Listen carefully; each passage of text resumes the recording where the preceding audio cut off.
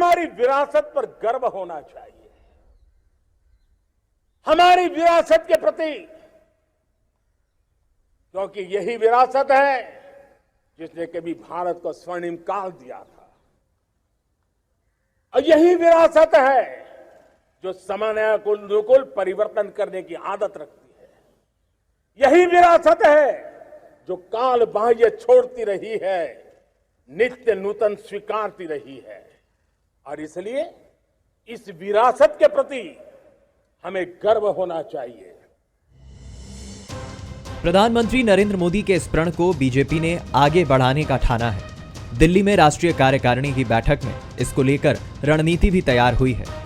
BJP Hindutva और विरासत को न सिर्फ 2023 बल्कि 2024 के लोकसभा चुनाव में बड़ा मुद्दा बनाएगी। मध्य प्रदेश में बीजेपी पूरी कोशिश करेगी कि महाकाल लोक को भुनाया जाए।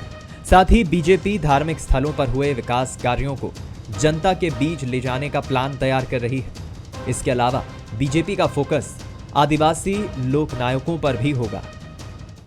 पहली बार 4 धामों की road network Kartarpur Sahib corridor की सफलतापूर्वक श्रद्धालुओं के लिए खोला गया है। हेमकुंड साहिब और गिरनार की रोपवे में जोड़ा गया है। उज्जैन में भव्य महाकाल लोक को प्रधानमंत्री जी ने इन दिनों में लोकार्पित किया है। भारतीय जनता पार्टी में एक से बढ़कर एक विश्वसनीय जनप्रिय नेता हैं। तमाम हमारे जो बड़े नेता हैं हमारा मार्गदर्शन करते हैं। हम खुशनसीब हैं कि ऐसी पार्टी में हम लोग काम कर रहे हैं, ऐसे नेतृत्व के साथ काम कर रहे हैं जहां एक से बढ़कर एक नेता हैं जो पार्टी का नेतृत्व कर रहे हैं। और निश्चित रूप से भारतीय जनता पार्टी की संभावनाएं और उज्जवल होती जा रही। विरासत और धर्म को बीजेपी आगे लेकर बढ़ेगी तो कांग्रेस ने भी हिंदुत्व की लाइन पर आगे बढ़ते हुए बीजेपी को जवाब देने की तैयारी कर ली है। अब इस ट्वीट को देखिए जिसमें कांग्रेस ने फिर कमलनाथ को हनुमान भक्त बताया है। इधर बीजेपी ने कमलनाथ की हनुमान भक्ति पर सवाल उठाए हैं। जैसे ही चुनाव पास आते हैं तो भारतीय जनता पार्टी को ये सब चीज़ें याद आने लगती हैं। धर्म याद आने लगता है, कार्यक्रम याद आने लगते हैं, सब जाति के आधार पर ये बात करने लगते हैं। ये केवल धर्म की बात करेंगे और इनका एजेंडा फिक्स रहता है। आज की बात नहीं है, जितने चुनाव अगर आप देखेंगे पिछले 4 चुनावों में कहीं ना कहीं इनका एक धार्मिक एजेंडा लेके ये चलते हैं और उसी पे आगे बात करते हैं। विरासत और धर्म राजनीति का प्रिय विषय है। जानकार तो ये भी मानते हैं कि बीजेपी का ये टेस्टेड फॉर्मूला है, इसलिए बीजेपी फिर विरासत और धर्म को आने वाले चुनाव में आजमाने जा रही है। वहीं कांग्रेस इन मुद्दों पर पहले से ज्यादा मुखर हुई है। शायद कांग्रेस ये समझ रही है कि बीजेपी को टक्कर देनी है तो इन मुद्दों पर उसे आना होगा। खैर, विरासत और धर्म की सियासी बिसात पर जनता को लुभाने में कौन कामयाब होगा, इसके लिए कुछ महीनों का इंतजार करना ही होगा। बंसल न्यूज के सवाल नंबर 1, क्या विरासत और धर्म का मुद्दा बीजेपी की जीत की गारंटी बनेगा? सवाल नंबर 2, क्या जनता से जुड़े मुद्दे पर हिंदुत्व और विरासत का मुद्दा हावी रहेगा? सवाल नंबर 3, क्या नाथ को हनुमान भक्त बताकर कांग्रेस भी हिंदुत्व की लाइन पर आगे बढ़ रही है? नमस्कार, मैं हूं मनोज सनी और आज का हमारा मुद्दा है हिंदुत्व का नया वर्जन। भारतीय जनता पार्टी की दिल्ली में राष्ट्रीय कार्यकारिणी की बैठक में एमपी के लिए लाइन लगभग तय कर दी गई। बीजेपी विधानसभा चुनाव में हिंदुत्व और विरासत पर आगे बढ़ेगी। इतना ही नहीं, जेपी नड्डा का कार्यकाल भी बढ़ा दिया। इससे ये अंदाजा लगाया जा रहा है कि प्रदेश संगठन में भी ज्यादा बदलाव नहीं दिखेंगे। वहीं कांग्रेस भी हिंदुत्व की लाइन पर आगे बढ़ती दिखाई दे रही। लेकिन बीते कुछ वर्षों में देखें तो हिंदुत्व पर चर्चा दोनों ही दल करते रहे, पर भारतीय जनता पार्टी की पहचान तो इसी से होती है। बात राम मंदिर की करें या महाकाल लोक को लेकर जिस तरह की बातें अभी कही जा रही है, लेकिन कांग्रेस भी पीछे नहीं है, क्योंकि कमलनाथ की जब तब तस्वीरें सामने आ ही जाती है कि वो भी हनुमान भक्त है। अब कौन किसकी भक्ति में लगा है और जनता किसकी भक्ति को समझ पाएगी, आज यही हमारा विषय है। मेरे साथ 3 मेहमान जुड़ रहे हैं। पंकज चतुर्वेदी जी हैं, प्रवक्ता भारतीय जनता पार्टी के। पंकज जी, आपका बहुत स्वागत है। अब्बास हफीज जी हैं, उपाध्यक्ष कांग्रेस मीडिया विभाग के। अब्बास जी, आपका भी बहुत स्वागत है। और जगदीश द्विवेदी जी हैं, वरिष्ठ पत्रकार। आप दोनों मेहमानों का स्टूडियो में स्वागत है। पंकज जी, आपका भी बहुत स्वागत है। सबसे पहले जगदीश जी, लंबे समय से बात हिंदुत्व की चलती रही और विरासत की बात तो हम देख भी रहे थे। प्रधानमंत्री लाल किले से कह रहे थे कि हमें अपनी विरासत को संजोना होगा, संवारना होगा और इस गौरव को याद भी दिलाना होगा। तो क्या 2023 में विरासत को याद दिलाना, हिंदुत्व पर आगे बढ़ना, ये नया वर्जन है भारतीय जनता पार्टी का?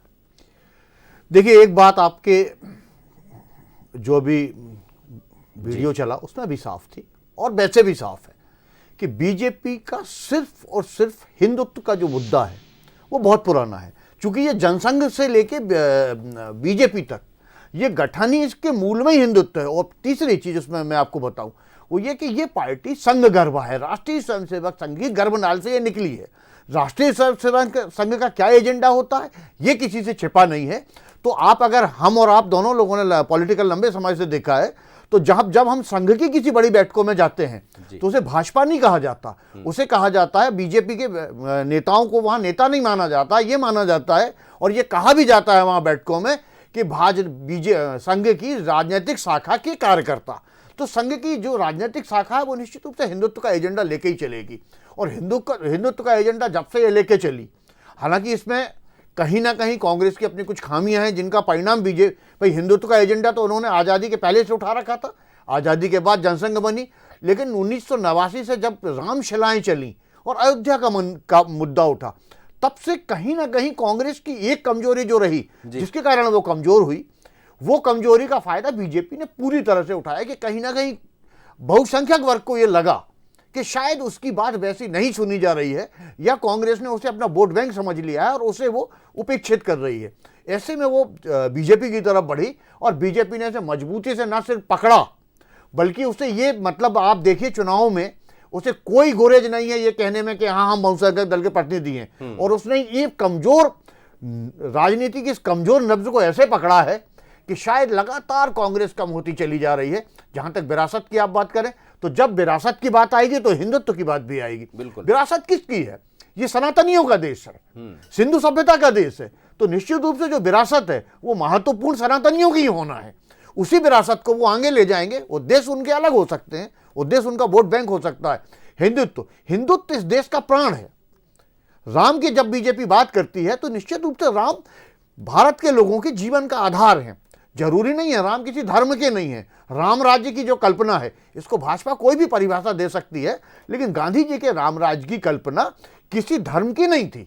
सबको न्याय मिले, सबको आगे बढ़ने के समान अवसर मिले, यही तो राम राज्य है। जी। लेकिन इस राम राज्य का जो राजनीतिक मनोजी उपयोग हो रहा है उसका फायदा बीजेपी ले रही है और एक राजनीतिक दल के नाते अगर वो ऐसा कर रही है तो इसमें कोई किसी को गुरेज भी नहीं होना चाहिए। कांग्रेस ने भी सालों साल ये किया है। और जहां तक कांग्रेस की बात आप कर रहे थे तो एक मिनट में कांग्रेस कर लूंगा। कांग्रेस ने जो सबसे बड़ी मुझे लगता है पॉलिटिकल गलती की कि आप उस धारा पे तब लौटे, सब कुछ लौटा के होश में आए तो क्या हुआ। आपका बहुत कुछ नुकसान हो चुका था बीते सालों में, उसके बाद आप हिंदुज्म की ओर लौटे। चूंकि हिंदुज्म की ओर न सिर्फ लौटे, आपको जिस एजेंडे पे आप चल रहे थे, मेरा मानना था आपको उसी एजेंडे पे चलना था। बहुत बड़ी पार्टी है साहब, आपकी 150 साल पुरानी पार्टी है, इसके करोड़ों कार्यकर्ता इस देश में है और निश्चित रूप से इस पार्टी का एक हरा भरा इतिहास है, गौरवशाली इतिहास है। इतनी चिंता करने की जरूरत नहीं है, आप अपने एजेंडे पे चलिए, मत फॉलो करिए बीजेपी के एजेंडे को। हाँ बिल्कुल सही आप कह रहे हैं। लेकिन कमलनाथ जी के फोटो आज ही हम देख रहे थे, हनुमान भक्त हैं अब्बास जी, और लगातार ये चर्चा चलती रहती है कि वो हनुमान भक्त हैं और होना भी चाहिए किसी को, जैसा जगदीश जी भी कह रहे हैं, कोई गुरेज नहीं, सबका अपना धर्म है, सबके राम है, सबके हनुमान है। लेकिन ये जो राष्ट्रीय कार्यकारिणी की बैठक हुई उसमें लाइन तो बिल्कुल साफ दिखाई दे रही, जैसा जगदीश जी भी कह रहे हैं। पर आप अपना जो मूल एजेंडा था, आप जो मूल जिससे आपकी पहचान होती थी, अब आप हिंदुत्व की तरफ भी धीरे धीरे, मैं नहीं कह रहा हूँ हिंदुत्व सबके हैं, लेकिन हिंदुत्व की तरफ भी आपको लोग देखते हैं और आप भी उस तरफ बढ़ रहे हैं। तो ये कहीं एक चुनौती या एक नई धारा तो नहीं है जो भारतीय जनता पार्टी का नया वर्जन दिखाई दे रहा है उसकी ओर मुश्किल बढ़ा? देखिए मनोज जी, देखने का अंतर है। भारतीय जनता पार्टी उसको अपने चश्मे से देखेगी, हम उसको अपने चश्मे से देखेंगे। हमने उस वीडियो में भी स्पष्ट किया हुआ है, आगे अगर आप देखें जिसने भी वो वीडियो साझा किया और फिर एमपी कांग्रेस के ट्विटर हैंडल चलाया गया, कि उसके अंदर साफ लिखा है कि हमने कभी राजनीति के अंदर उपयोग नहीं किया है धर्म का। तो उसमें हमने कहाँ कहा कि धर्म का उपयोग किया जाए। ये बात किससे छिपी हुई है? कमलनाथ जी हनुमान जी के भक्त हैं। ये बात किससे छिपी हुई है? मध्य प्रदेश में और देश में कमलनाथ जी ने हनुमान जी की भक्ति में सबसे बड़ी प्रतिमा का वहाँ पर स्थापित करने का काम किया है और ये बात सब जानते हैं, जग जाहिर है। तो ये चीज़ कोई नई नहीं है जिसपे हम वोट लेने का क्लेम करें या हमारे मंचों से आपको आवाज़ आए कि हमें धर्म के नाम पे वोट दे दीजिए। कांग्रेस पार्टी ने कभी भी धर्म का इस्तेमाल राजनीति के लिए नहीं किया। कांग्रेस पार्टी की अपनी भक्ति है और जैसा द्विवेदी जी कह रहे थे, मैं पूरी तरह से सहमत हूँ। अगर इस देश के अंदर कभी आप इतिहास में भी जाएं तो श्री रामचंद्र जी के बारे में अल्लामा इकबाल ने कहा, इमाम हिंद उनको, तो हिंदू मुस्लिम सबके हैं। श्री रामचंद्र जी किसी एक के तो है नहीं, एक पार्टी के तो बिल्कुल भी नहीं है। और उस पार्टी ने जिसने अपनी बपोती समझ लिया हो धर्म को, उसको तकलीफ होना बहुत लाजमी है। आज सबसे बड़ी चीज़ है राम राज्य की कल्पना। द्विवेदी जी ने कहा, मैं सहमत हूँ, राम राज्य की कल्पना जो गांधी जी की थी, क्या वो हो रहा है? क्या बीजेपी के राम राज्य में और गांधी जी के राम राज्य में अंतर नहीं है? क्या आज हर एक व्यक्ति जो बेरोजगार खड़ा है उसको न्याय मिल रहा है? क्या आज महिलाएं सुरक्षित हैं हमारे आसपास? क्या उनकी सुरक्षा के लिए हम अनथक प्रयास कर रहे हैं और धरातल की पर वो चीज़ें क्या दिख रही हैं? क्या आज की तारीख के अंदर जो लोग घर बार जिनका मिट चुका है, व्यापारी जो छोटे मझोले व्यापारी थे, उनकी कोई चिंता सरकार कर रही है? नहीं कर रही। आज भारतीय जनता पार्टी को इस बात की चिंता है कि वो सीधे सीधे इस पूरे के पूरे चुनाव तो फिर एक बात आ जाती है ना, यही सब मुद्दे जो दिखाना जिनका आप जिक्र कर रहे हैं, हमने वो मुद्दे छोड़ दिए? नहीं, आपने मुद्दे नहीं छोड़े, लेकिन मुद्दों के साथ फिर उस तरह की तस्वीरें भी आ जाती है। मनोज जी क्या है कि देखिए, आज की तारीख है, सोशल मीडिया जो है वो बहुत तेजी से बढ़ रहा है, इंटरनेट का इस्तेमाल बहुत तेजी से बढ़ रहा है। पल पल की खबर, राजनेताओं की जो है वो पल पल की गतिविधियां जो है वो सोशल मीडिया पर होती हैं। प्रधानमंत्री महोदय इसके सबसे बड़े जीते जागते उदाहरण है। वो जो भी करते हैं, वो क्या करते हैं, उनके ऊपर डॉक्यूमेंट्रीज हो, उनके ऊपर लाइव वीडियोस हो, उनकी सारी चीजें हो। अपनी बात खत्म करूंगा। तो ये सारी चीजें तो अब बहुत सामान्य हो गई हैं कि दिनचर्या सोशल मीडिया के ऊपर राजनेताओं की डलना, और उस दिनचर्या से किसी को कोई आपत्ति नहीं। हमने तो आज तक आपत्ति नहीं करी। भाई कितनी सारी चीजें हुई, मोदी जी पाकिस्तान हो आए, मोदी जी नवाज शरीफ के यहाँ पर बिना न्योता के चले गए, कितने हमारे शत्रु देश में, हमने क्या उसके ऊपर भाई उनके वीडियोस डाले तो हमने क्या कहा उसके ऊपर? हमने कहा ये नहीं करना चाहिए था, लेकिन ये तो नहीं कहा हमने कि आप क्या कर रहे हो, राजनीति करोगे क्या इसके ऊपर? भारतीय जनता पार्टी को भी सोचना चाहिए, जो हमारे जो मुद्दे हैं उनके ऊपर जवाब देती नहीं है भाजपा। इन सारी बातों के ऊपर भाजपा मुद्दा बनाने के लिए कूद पड़ती है जो मुद्दे ही नहीं है। जी पंकज जी, मुद्दे बहुत सारे हैं, जैसा अब्बास जी कह रहे हैं। मुद्दा बेरोजगारी का है, मुद्दा विकास के कामों का है। हालांकि जब आज धर्मेंद्र प्रधान बोल रहे थे तो उन्होंने सब ये बताया, इसके इतर भी बात विरासत की भी हुई है, बात हिंदुत्व की भी हुई है, लेकिन उन्होंने ये भी बताया कि जीएसटी का कलेक्शन कितना बढ़ा, विदेश नीति क्या रही, किस तरह से हमने काम किया, डबल इंजन की सरकारें क्या, वो तमाम तरह की चीज़ें दिखाई दी। लेकिन क्या विरासत और हिंदुत्व भी एजेंडा है? देखिए, विकास के मुद्दे पर मध्य प्रदेश के विकास के आंकड़े 19.76% की विकास दर, 1.25 लाख प्रति व्यक्ति आय, 12 लाख करोड़ की जीएसडीपी, देश की विकास दर 8% 7% के बीच, जबकि सारी अर्थव्यवस्थाएं करा रही हैं, अपने आप में विकास के प्रतिमान स्थापित करने के लिए पर्याप्त है। और मनोज जी, मुझे सबसे बड़ी हैरानी इस बात को लेकर होती है कि जब भी यदि धर्म, आस्था, समाज, संस्कार, संस्कृति, सनातन परंपरा की बात करें, जिसे कांग्रेस या मीडिया हिंदुत्व कहता है, तो कांग्रेस के पेट में क्यों दर्द होता है? कांग्रेस की क्यों नहीं समझना चाहती, जिसको प्रधानमंत्री जी ने उल्लेख किया था, लाल किले से जो उन्होंने उल्लेख किया था जी। हम सब जानते हैं कि भारत को सोने की चिड़िया कहा जाता था और देश की नहीं दुनिया की जीडीपी में भारत का योगदान 33% था, अब 3% है सर। और क्यों हुआ? इसलिए हुआ कि हम अपने जो सनातन परंपराएं, संस्कार, संस्कृति थे उससे दूर हुए। और हम भारतीय जनता पार्टी के कार्यकर्ता सदा ऐसा मानते हैं कि राजनीतिक दायित्व के साथ साथ भाजपा के नैतिक दायित्व भी हैं, और वो नैतिक दायित्व अपनी सामाजिक संरचना को सुदृढ़ करना। और यदि समाज जितना सशक्त होगा, देश उतना सशक्त होगा। और समाज की सशक्तता के लिए मनोज जी, सनातन परंपरा, सनातन संस्कृति जो हमारी संस्कृति है, हिंदुत्व क्या है? अभी भोपाल में आज G20 का सम्मेलन संपन्न हुआ, प्रधानमंत्री जी के रूप में भारत उसका अध्यक्ष है G20 का। प्रधानमंत्री जी ने क्या नारा दिया? 1 अर्थ, 1 वर्ल्ड, 1 फ्यूचर, वसुधैव कुटुंबकम। सारी वसुधा यानी पूरी वसुधा, पूरी पृथ्वी हमारा परिवार है। सर्वे भवन्तु सुखिनः, सर्वे सन्तु निरामया, प्राणियों में सद्भावना हो। प्राणियों की बात कर रहे हैं सर, किसी जाति धर्म की नहीं। विश्व का कल्याण हो, सारे विश्व की कल्याण, ये हिंदुत्व है। और यदि इस हिंदुत्व के संरक्षण के प्रयास किए जाए, अपनी भारत की विरासत को सशक्त करने का प्रयास किया जाए, तो कांग्रेस को क्यों इसमें सहभागिता नहीं करना चाहिए, ये समस्या पर है। कांग्रेस गांधी जी के बाद से, जो जगदीश जी ने कहा कि गांधी जी जिस रामराज की बात करते थे, गांधी जी का नारा रामराज था, वो रामधुन गाते थे गांधी जी। पर गांधी जी के जाने के बाद, जब से फिरोज गांधी जी की कांग्रेस आई, नहीं, अब्बास जी ने गांधी जी की बात कही है, रामराज की बात भी कही है सर। कहने और करने में अंतर है सर, यही मूलभूत अंतर है मनोज जी कि भारतीय जनता पार्टी के कार्यकर्ता के लिए और भारतीय की भांति राम रोम रोम में है। हमारे आचरण में, व्यवहार में। अंत्योदय की बात जो पंडित दीनदयाल उपाध्याय का स्वप्न था, क्या स्वप्न था? जो प्रभु श्री राम की बात थी। नरेंद्र मोदी जी एक एक आवासीन को मकान दे रहे हैं, रोजगार की बात कर रहे हैं, विकास की बात कर रहे हैं। लाभ किसका? जी जी। भारत के उस व्यक्ति का जैसी राम राज की कल्पना, राम राज जाने। जी जी सर, वोट बैंक में भी राम है ना। नहीं सर, जगदीश जी आप तो बहुत सीने पत्रकार हैं सर। भारतीय जनता पार्टी कभी भी चुनाव की, वोट की राजनीति नहीं करती। हम तो, मैंने इसीलिए आपको विकास की पहले बात करी। लेकिन ये यदि हम हमारी भारत की विरासत की बात करते हैं तो भारत की विरासत तो कांग्रेस की विरासत है ना। नहीं, लेकिन चुनाव की विरासत भी यही है। नहीं सर, चुनाव की विरासत नहीं है मनोज जी। मेरा मनोज जी एक सवाल है पंकज जी। चलिए, कुछ कह रहे हैं जगदीश जी, कुछ कह रहे हैं, सुन लीजिए। पंकज जी, मेरा सवाल ये है कि ठीक है, मैं विकास को अस्वीकार कतई नहीं कर रहा हूं। जो ज्वलंत मुद्दे हैं, चूंकि मुद्दे हमेशा रहते हैं। बेरोजगारी आज का मुद्दा नहीं है, बेरोजगारी सन 1970 से मुद्दा है, 40-50 साल से मुद्दा है। न उसे कांग्रेस सुलझा पाई, न बीजेपी सुलझा पाई। वादे और नारे होते रहे, मध्यम वर्गीय की कमर टूटती रही। ये बहुत सारी सत्य अपनी जगह हो सकते हैं। मुझे केवल एक बात, मेरा सवाल ये है, ऐसा नहीं मानते आप कि जब जब चुनाव का समय आता है तब तब कहीं ना कहीं जो धर्म की ध्वजा है वो ज्यादा ऊपर चढ़ के लहराने लगती है? मनोज जी, आज आपने मेरे गुरुजी को बैठाला। मैं शिष्य हूँ। जगदीश जी ने मुझे बहुत मार्गदर्शन दिया है। जी जी। और ऐसा खतरनाक आज आपसे मार्गदर्शन मांग रहे हैं, वो बता दीजिए। आज मुझसे दर्शन, फिलॉसफी पूछ रहे हैं। देखिए सर, भारतीय जनता पार्टी हमेशा से, आपने भी जगदीश जी कहा, मनोज जी ने रिपोर्टिंग करी, भारतीय जनता पार्टी ने कभी भी अपने नैतिक, सामाजिक, धार्मिक दायित्व, भारतीय जनता पार्टी ने, भाजपा कार्यकर्ता ने, भाजपा परिवार ने कभी भी अपने नैतिक, सामाजिक, राजनीतिक दायित्वों से कभी मुंह नहीं मोड़ा। हम तब भी अभिमान से कहते थे, अब भी अभिमान से कहते हैं कि हम भारतीय विरासत, भारतीय संस्कार, भारतीय परंपरा और संस्कृति को सुरक्षित रखने के लिए प्राण प्रण से कार्य करेंगे। और यदि हिंदुत्व जिससे कांग्रेस को आपत्ति बनी रहे, हमारे लिए हिंदुत्व सर जीवन शैली है। मैंने बताया हिंदुत्व क्या है। प्राणियों में सद्भावना, इस पर किसको आपत्ति है? हमने ये नहीं कहा कि हिंदुओं में सद्भावना, प्राणियों में, जिसमें प्राण है, बनी रहे सर। जी सर, हम भी चाह रहे हैं सद्भावना बनी रहे। यार हम तो उस पे काम कर रहे हैं सर। भारतीय जनता पार्टी क्या नारा देती है मनोज जी? सबका साथ, सबका विकास, सबका विश्वास, सबका प्रयास। यही तो रामराज की संकल्पना है, यही हिंदुत्व है। सब में सद्भावना, सबका विकास, धर्म का कल्याण हो। ये नहीं कहा कि हिंदू धर्म का कल्याण हो, धर्म का कल्याण हो।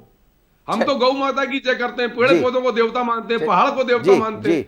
ये संस्कृति, ये हमारी विरासत है मनोज जी, और इस पर बहुत गंभीर चिंतन करने की आवश्यकता है। और आज का दौर सच में एक ऐसा दौर है जब पूरा भारतीय समाज, सकल भारतीय समाज में, जाति की बात ही नहीं कर रहा, अपनी परंपराओं को सहेजने के लिए यदि संकल्पबद्ध है, और यदि सरकार के स्तर पर, भारतीय जनता पार्टी परिवार के स्तर पर इसके प्रयास हैं, तो साधुवाद है भारतीय जनता पार्टी की सोच को, भाजपा के कार्यकर्ताओं को और पूरे देश को शामिल होना चाहिए। लौटता हूं, अब्बास जी कुछ कह रहे थे, लेकिन अब्बास जी का जवाब लूंगा। लेकिन जगदीश जी, एक बात और है, नीति तो तय हो गई जो दिख रही है भारतीय जनता पार्टी की। विरासत भी होगी, हिंदुत्व भी होगा, नेताजी भी तय हो गए कि जेपी नड्डा साहब भी रहेंगे।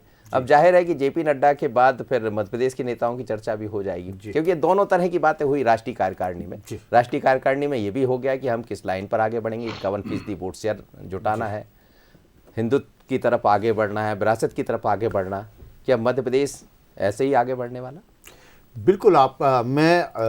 मेरा जो अपना मानना है, एक तो सबसे पहला पॉइंट ये जो आपके अभी जो व्यू चला था उसमें दिखा कि इस चुनाव में सबसे बड़ा मुद्दा, ये सारे मुद्दे अलग होंगे, अब मैं सिर्फ मध्य प्रदेश की बात कर रहा हूं, आदिवासी वोट बैंक।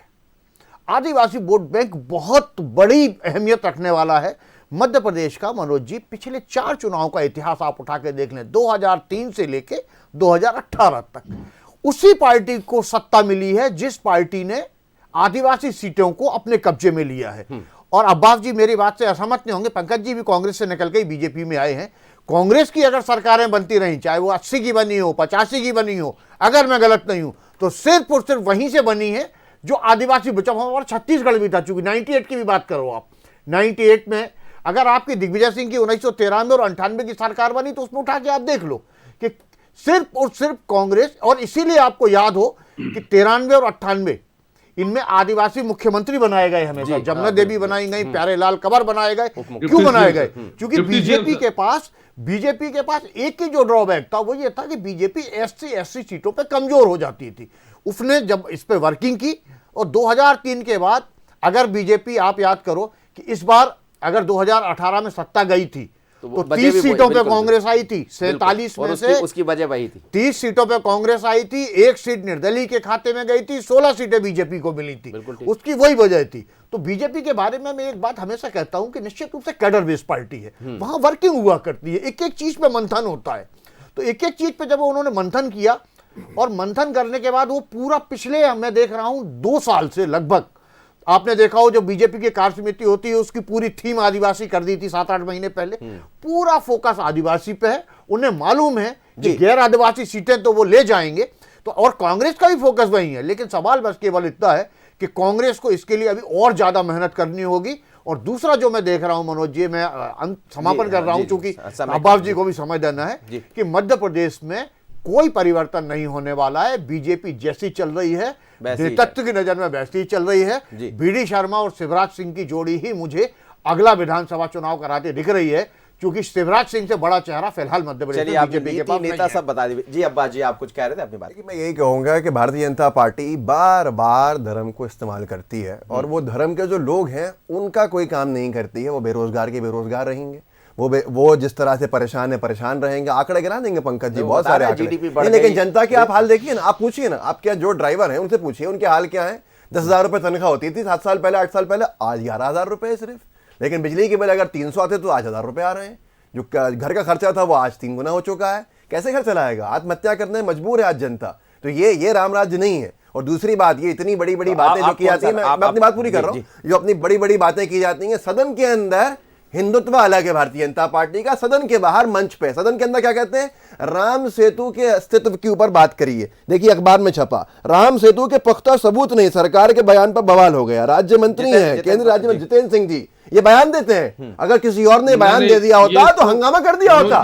राम सेतु के ऊपर ये आज हिंदू धर्म की आस्था के ऊपर खिलवाड़ करेंगे, ये आज हमारे हिंदू भाई बहनों के साथ खिलवाड़ करेंगे और ये कहेंगे इनको अधिकार मिल गया है क्या? इनको अधिकार मिल गया? इनको उप मुख्यमंत्री सीता माता के ऊपर टिप्पणी करते हैं उत्तर प्रदेश के, और पूरी भाजपा खामोश हो जाती है। तो मैं सिर्फ इतना कहना चाहता हूं कि आस्थाओं से खिलवाड़ करें ये लोग और बातें करें बड़ी बड़ी, विकास के नाम पे जीरो। आज पूरे बहुसंख्यक समाज ही तो बेरोजगार होगा सबसे ज्यादा। अगर होगा पूरे देश के अंदर व्यापार ठप होंगे, किसके ठप होंगे? बहुसंख्यक समाज के होंगे ना। ठग रहे हैं ये लोग, और इस ठगने के ऊपर जनता जाग चुकी है। आने वाले समय के अंदर बता देगी इनको। इसीलिए आप भी बहुसंख्यक की तरफ हम तो जो हमारी दिनचर्या हम बता रहे हैं भाई, हमारी दिनचर्या यही है। अगर हम कांग्रेस पार्टी के हर एक नेता की दिनचर्या धर्म से शुरू होती है। किसी भी धर्म का व्यक्ति।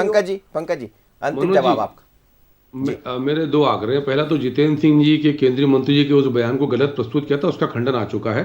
भारतीय जनता पार्टी तब भी अब भी सदा के लिए इस बात को स्वीकार करती है कि वहीं राम सेतु था, जहां राम सेतु है तो खंडन कांग्रेस की, मनमोहन सिंह की सरकार के एक विषय। दूसरा, हम सिर्फ ये जानना चाहते हैं कि यदि धार्मिक विरासत, भारतीय विरासत को बचाने के लिए यदि महाकाल लोक का निर्माण मध्य प्रदेश में संपूर्ण हुआ, कांग्रेस को क्या आपत्ति है? यूनिटी ऑफ वननेस की यदि हम एकात्म लोक की बात करते हैं, जहां आदि शंकराचार्य जी जहां आए 8 वर्ष के अवस्था में केरल से, तारीफ तो कमलनाथ जी की, पंकज जी ने 8 वर्ष के अवस्था में केरल से आए। ये कार्य कांग्रेस के समय मनोज जी क्यों नहीं हुए? वही महाकाल था, वही महाकाल लोक बन सकता था। हमने उसको अलोकेट किया है फंड, बजट अलोकेट हमने किया। पंकज जी आपने तारीफें करी उस वक्त, आपने डिबेट में हिस्सा लिया और आपने कांग्रेस का पक्ष रखा। अरे सुन लीजिए, जहां आदि शंकराचार्य को उनके गुरु मिले 8 वर्ष की अवस्था में, वो केरल से जी एकात्म लोक, सर एकात्म धाम, एकात्म लोक, सबसे बड़ी प्रतिमा आदि शंकराचार्य की बन रही है। वो आदि शंकराचार्य जिन्होंने सनातन परंपरा को सशक्त किया, जिन्होंने लोगों को बताया कि वसुदेव कुटुंबकम एक चीज तो तय हो गई पंकज जी की, जिस तरह से आप लोग मध्य प्रदेश में बढ़े या उत्तर प्रदेश में, ये लाइन बहुत पहले तय हो चुकी थी जिसकी चर्चा आज राष्ट्रीय कार्यकारिणी में हुई।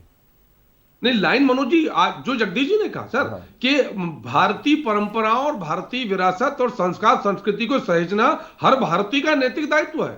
और भाजपा के कार्यकर्ता, भाजपा के नेता और भाजपा की पार्टी, हम अपने उस नैतिक दायित्व का निर्वहन कर रहे हैं। कौन संभालेगा? क्या कोई विदेश से आकर हमारी संस्कार संस्कृति को संरक्षित करेगा? मनोज जी नहीं करेंगे। यदि किसी समाज को नष्ट करना है, देश को नष्ट करना है, संस्कार संस्कृति को नष्ट करिए, जिसके प्रयास पिछले 60-70 सालों में हुए। और जो सरकारें रही वो उस और गंभीर नहीं थी। एक बहुत छोटा सा 2 सेकंड की कोई टिप्पणी है अब्बास जी की, ले लीजिए। इतना कहना चाहता हूं मनोज जी, देखिए बार बार किसी बात को बोलना, झूठ को बोलना सच नहीं हो जाता है। क्या ये बात हकीकत नहीं है कि महाकाल लोक के लिए जो बजट का एलोकेशन था, सबसे पहले 2 दशक के 15 महीने रहे हमारे पास, 2 दशक के 18 साल नहीं किया इन्होंने, हमने किया। ओम सर्किट की बात हमने करी, सीता माता के मंदिर की बात हमने की, इनके लिए बजट एलोकेट करने का काम हमने किया। अरे 18 साल सो रही थी ये सरकार, ठगने का काम कर रहे थे ये लोग, सिर्फ बोलते हैं, बोलने का काम करता है और हम करके दिखाते हैं। पंकज जी रेखा लोग क्यों नहीं बनाया ये बताओ। कुंभ में बीजेपी ने योजना बनाई, महाकाल लोक सारे बजट एलोकेशन हमने किए हैं। महाकाल लोक के बाद बजट एलोकेशन हुआ तो आपने भी तारीफ करी थी उस वक्त, मुझे याद है। लेकिन आज सबसे बड़ा विषय ओम सर्किट की बात कमलनाथ जी ने करी और आगे बढ़े उसको लेकर। सीता माता के मंदिर के लिए पीसी शर्मा जी गए, श्रीलंका गए और वहां पर पूरी जगह देखकर उसका निर्माण कार्य प्रधानमंत्री ने बहुत कुछ कहा, बहुत काफी पहले। जी जी, तुष्टीकरण करो, लोगों को बांटो, फूट डालो, राजनीति करो। चलिए, राजनीति रही कांग्रेस की। बहुत बहुत धन्यवाद सर सभी मेहमानों का मेरे साथ जुड़े, पंकज जी, अब्बास जी और जगदीश जी। लेकिन मध्य प्रदेश को भी अलग नहीं किया जा सकता। भारतीय राष्ट्रीय कार्यकारिणी की जो बैठक हुई है भारतीय जनता पार्टी की, उसमें बात हिंदुत्व की, विरासत की तमाम बातें हुई है। जेपी नड्डा राष्ट्रीय अध्यक्ष बन गए। मध्य प्रदेश में क्या, तो क्या जैसा केंद्र में दिखाई दे रहा वही मध्य प्रदेश में भी होगा। लेकिन विरासत संजोना है, अब किसकी विरासत कौन कितनी संभाल पाएगा, बीजेपी या कांग्रेस, और जनता किसको कितना समझ पाएगी, नजर इस पर रहेगी। मुझे दीजिए इजाजत, आगे देखिए छत्तीसगढ़ आज का मुद्दा, तंज या तीर। नमस्कार।